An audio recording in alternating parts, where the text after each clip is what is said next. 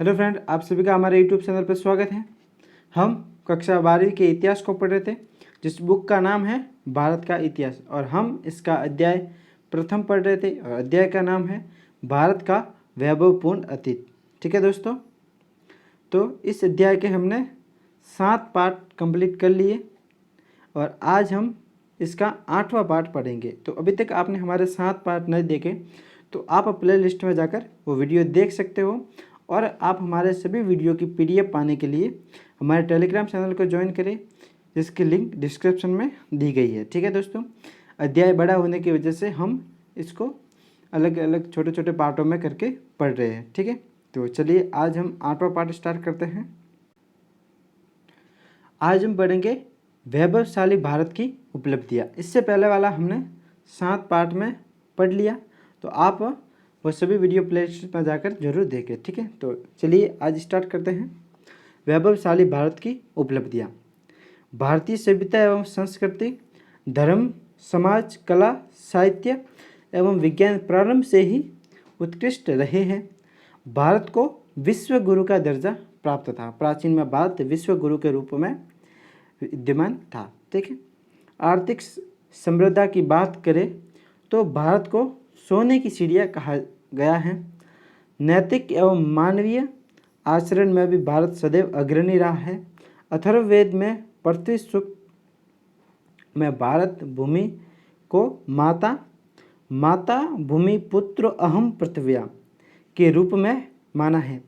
पृथ्वी हमारी माता है और हम पृथ्वी के पुत्र हैं, इसके रूप में भारत भूमि को माना है। भारत भूमि को माता के रूप में माना है। ठीक है, और संपूर्ण विश्व को एक परिवार के रूप में वसुधैव कुटुंबकम के रूप में स्वीकार किया गया है। ठीक है, संपूर्ण मानव के कल्याण, सर्वे भवन्तु सुखिनः, सर्वे सन्तु निरामया की कामना करने वाली हमारी संस्कृति ने एक आदर्श प्रस्तुत किया है।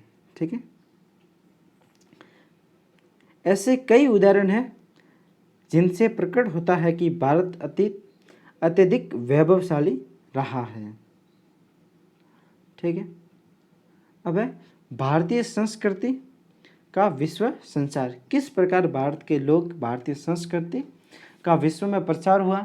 ठीक, प्राचीन काल में जिस संस्कृति ने अपना संपूर्ण विश्व में संचार किया है वह है भारतीय संस्कृति, और यह संसार सैनिक आक्रमण नहीं अपितु सांस्कृतिक विनिमयता के स्वरूप का था।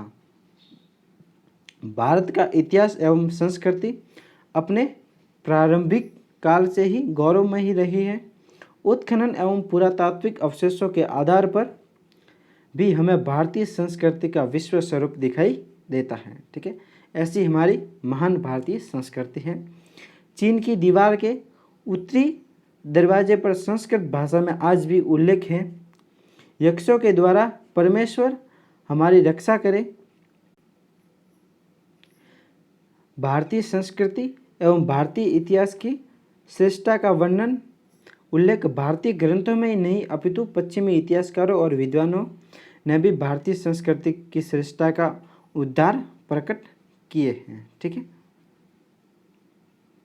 आगे है इतिहासकार मयूर ने लिखा है कि भारत के प्राकृतिक सौंदर्य की भव्यता, विविधता और वनस्पतियों के उत्पादन की समूची दुनिया में बराबरी नहीं है। सर्वाल्ट रेले ने लिखा है कि प्रथम मानव प्राणी का निर्माण भारत खंड में हुआ। कर्नल अलकाट ने मानव संस्कृति का उद्गम स्तर भारतवर्ष को ही माना है। जब फ्रांसीसी दार्शनिक वाल्टेयर को ऋग्वेद की एक प्रति भेंट की गई तब उनके उद्गार थे, ये देन इतनी अमूल्य है कि पाश्चात्य राष्ट्र सदैव पूर्व के प्रति ऋणी रहेंगे।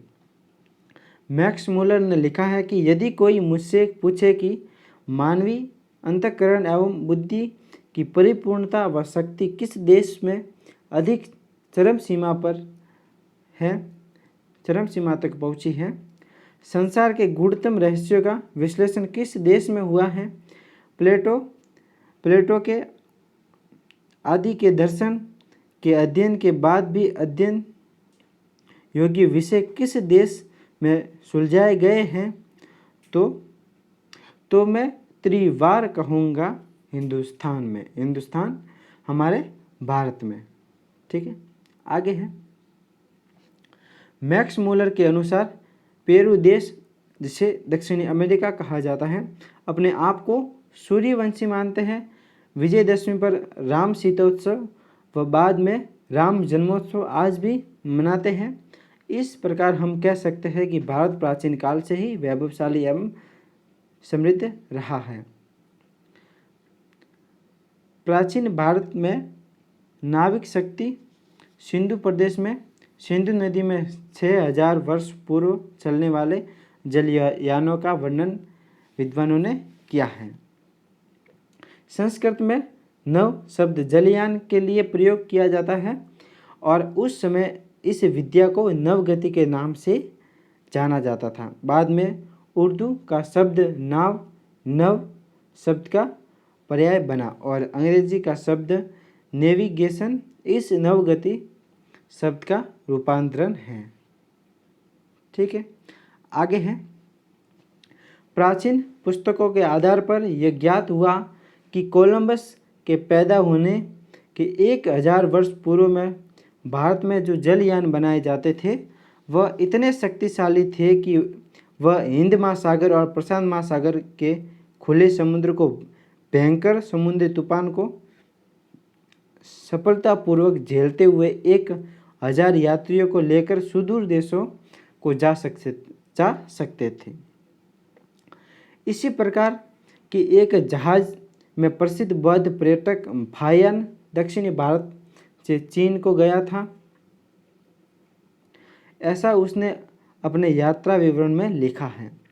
ये पहले लंका से जावा को गया, फिर जावा से चीन को गया। ठीक है, आगे है 5-6 हजार वर्ष पूर्व हमारे यहाँ विकसित बंदरगाह थी। उत्खनन में प्राप्त सौराष्ट्र का लोथल बंदरगाह शास्त्र सूत्र प्राणी से बना था। मिस्र, मेसोपोटामिया, ईरान आदि देशों से इसी बंदरगाह से व्यापार होता था। ठीक है दोस्तों,